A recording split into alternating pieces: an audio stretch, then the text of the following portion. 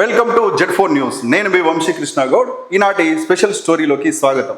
మనం నమస్తే తెలంగాణలో చూసినట్టయితే ఇది ఒక బ్యానర్ ఐటమ్ మనం చూస్తున్నాం. మంత్రుల కమిషన్లు ఫుల్, ఖజానా డల్. మంత్రులు డబ్బు తీసుకొని ఫైళ్లు క్లియర్లు చేస్తారు. అటవీ శాఖ మంత్రి కొండా సురేఖ సంచలన వ్యాఖ్యలు.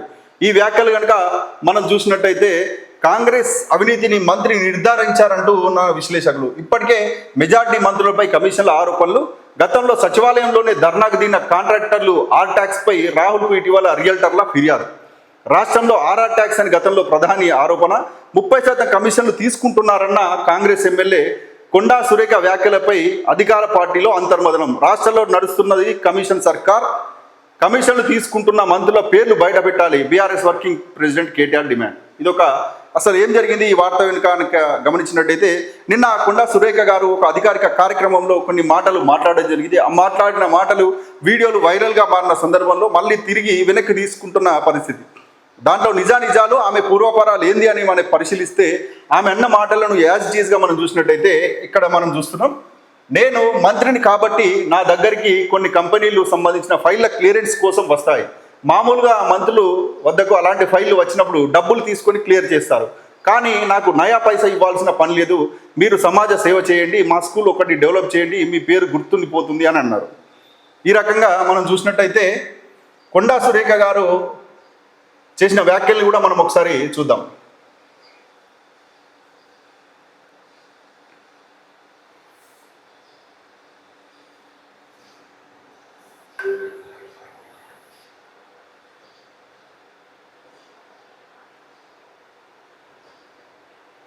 కొండా సురేఖ వివాదాస్పద వ్యాఖ్యలు చేశారు. మంత్రులు ఫైల్ కోబోమని చెప్పారు. తన దగ్గర ఫ్రెండ్స్ కి డబ్బులు తీసుకుంటారన్న కొండా సురేఖ ఇతర మంత్రుల్లా తాను డబ్బులు తీశారు.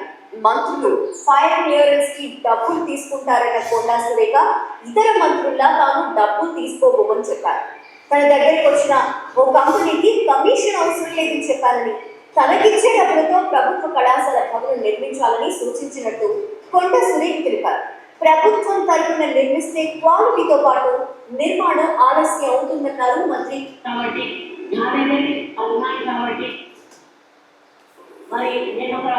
ప్రభుత్వం తరఫున నిర్మిస్తే క్వాలిటీలతో ప్రపస్యం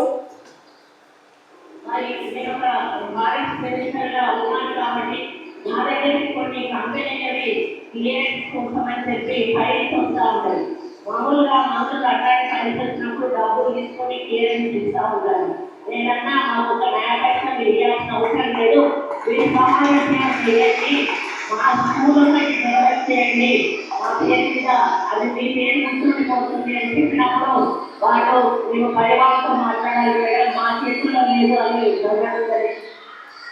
కొండా సురేఖ వివాదాస్పద వ్యాఖ్యలకు సంబంధించిన డీటెయిల్స్ మా ప్రతినిధి. ఇది మనం చూస్తున్నాం. ఈ ఆమె మాట్లాడిన మాటలు యాజ్ ఇట్ ఈస్గా మనం చూసినాం. నిన్న ఒక బహిరంగ వేదిక మీద ఏదో చిట్చాట్లో 4 గోడల మధ్య మాట్లాడిన మాటలు కావాలి. నిజంగా కొండా సురేఖ పరిస్థితి మధ్య ఎట్లయితుంది అని అంటే మనకు సామెత ఉంటుంది, హనుమంతుని చేయబోతే కోతి అవుతుందని. ఇలా ఆమె ఏం చేయబోయినా కానీ ఉల్టానే అవుతుంది. హనుమంతుని చేయబోతే కోతి అవుతుంది అనే సామెత ఆమెకు పూర్తిగా వర్తిస్తుంది. ఆమె సెన్సేషనల్గా గతంలో ఎన్నో కామెంట్స్ చేయడం జరిగింది.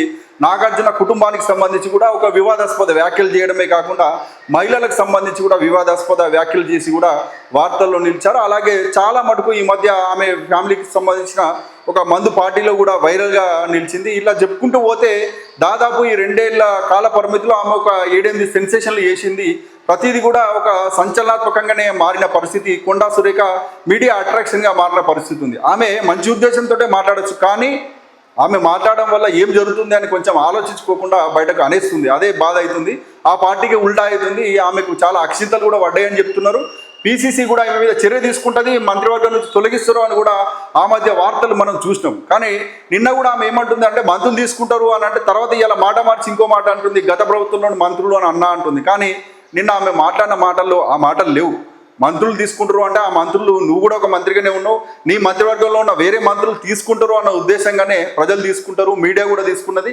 అన్ని ఛానళ్ళలో కూడా అదే బ్రేకింగ్ వచ్చిన తర్వాత వివరిస్తే అయ్యేది లేదు పోయేది లేదు. కాబట్టి కొండా సురేఖ గారు ఈ రకంగా వ్యాఖ్యలు చేయడం బాధాకరం. ఆమె ఒప్పుకుంటుంది, దానికి మనం అడ్మిట్ అయిపోయింది. అంటే మంత్రులు లంచాలు తీసుకుంటారు, మంత్రులు పర్సంటేజ్ తీసుకుంటారు, కానీ నేను ఒక మంచి మంత్రిని, నేను మంత్రిగా నేను కమిషన్ తీసుకోను, మీరు ప్రజాసేవకో స్కూల్కో బిల్డింగ్కో ఇవ్వండి అని అంటే మిగతా మంత్రులంతా అంటే ఒక సామెత మనం చూస్తుంటాం, ఇక్కడ చూసినట్టే రాజుగారి పెద్ద భార్య మంచిది అని అంటే చిన్న భార్య అంత మంచిది కాదనే కదా ఉద్దేశం. అదే జరుగుతుంది ఇక్కడ. నేను మంచి మంత్రిని అంటే మిగతా మంత్రివర్గంలో రేవంత్ రెడ్డి గారు కూడా ఒక మంత్రే, క్యాబినెట్లో రేవంత్ రెడ్డి గారితో సహా మిగతా మంత్రులు అందరూ కూడా మంచోళ్ళు కాదన్నట్టే కదా దాని ఉద్దేశం. ఆ ఉద్దేశాన్ని ఆమె ఓపెన్గా బయట కనేయడం వల్లనే ఈ రకంగా బాధ పాపం తిప్పలు ఆమెకు బాగా ఎదురవుతున్నాయి. కాబట్టి నిజంగా ఇక్కడ మనం గమనించాల్సిన, ప్రజలకు తెలియాల్సిన విషయాలు ఏంటి అని అంటే, మంత్రులు కమిషన్లు తీసుకుంటున్నారు. ఈ రాష్ట్రంలో ఆర్ఆర్ ట్యాక్స్ అనేది ఉంది, రాహుల్ ట్యాక్స్ ఉంది. రాహుల్ ట్యాక్స్ అనేది రేవంత్ ట్యాక్స్ ఒకటైతే ఢిల్లీకి సంచులు మోపేది, ఈ రాష్ట్రంలో రేవంత్ ట్యాక్స్ అనేది ఒకటి నడుస్తున్నది. ఇది బాధాకరం అనే ఒక రకంగా. అయితే అసెంబ్లీలో కూడా మొన్న చర్చ జరిగినప్పుడు కేటీఆర్ గారు చెప్పారు, ఒక ఆర్థిక శాఖలో ఒక ఫైల్ క్లియరెన్స్ కావాలంటే 10 నుంచి 30% కమిషన్లు తీసుకుంటున్నారు అని అంటే దాన్ని బట్టి విక్రమార్క గారు కూడా ఖండించడం జరిగింది. కాబట్టి ఈ రకంగా మనం చూసినట్టయితే కాంగ్రెస్ పార్టీకి ఇది సర్వసాధారణమైన విషయంగా ఉంటుంది. ఎందుకంటే అంతర్గత ప్రజాస్వామ్యం ఎక్కువగా ఉంటుంది. ఎవరు ఏమైనా మాట్లాడచ్చు, మంత్రులు మాట్లాడచ్చు, ముఖ్యమంత్రి మాట్లాడచ్చు, ఎవరు ఏమైనా మాట్లాడే స్వేచ్ఛ వాళ్ళకు ఉంటుంది. కాబట్టి ఇది వాళ్ళకి చెల్లుతుంది. కానీ ప్రజల మధ్యలో మాట్లాడేటప్పుడు, ప్రజలను ఉద్దేశించి మాట్లాడేటప్పుడు, యావత్ తెలంగాణ జాతిని మాట్లాడేటప్పుడు ఈ రకంగా మాట్లాడడం బాధాకరం. దీనికి నిజంగా కూడా ఒక ప్రజాస్వామ్య వ్యవస్థ మీద, రాజకీయ వ్యవస్థ మీద, పొలిటికల్ సిస్టమ్ మీదనే ప్రజలకు నమ్మకం పోతుంది.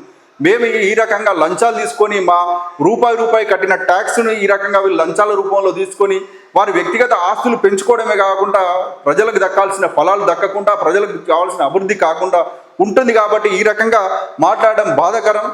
నిజంగా ప్రభుత్వం మారాలి, రేవంత్ రెడ్డి గారు మారాలి, తమ మంత్రివర్గంలో ఏం జరుగుతుందో తెలుసుకోవాలి. ఆర్ఆర్ ట్యాక్స్ ఒకవేళ నిజమే అయితే దాన్ని మార్చుకొని తెలంగాణ అభివృద్ధి కోసం మీకు ఇచ్చిన అవకాశాలు ఉపయోగించుకోవాలని కోరుకుందాం.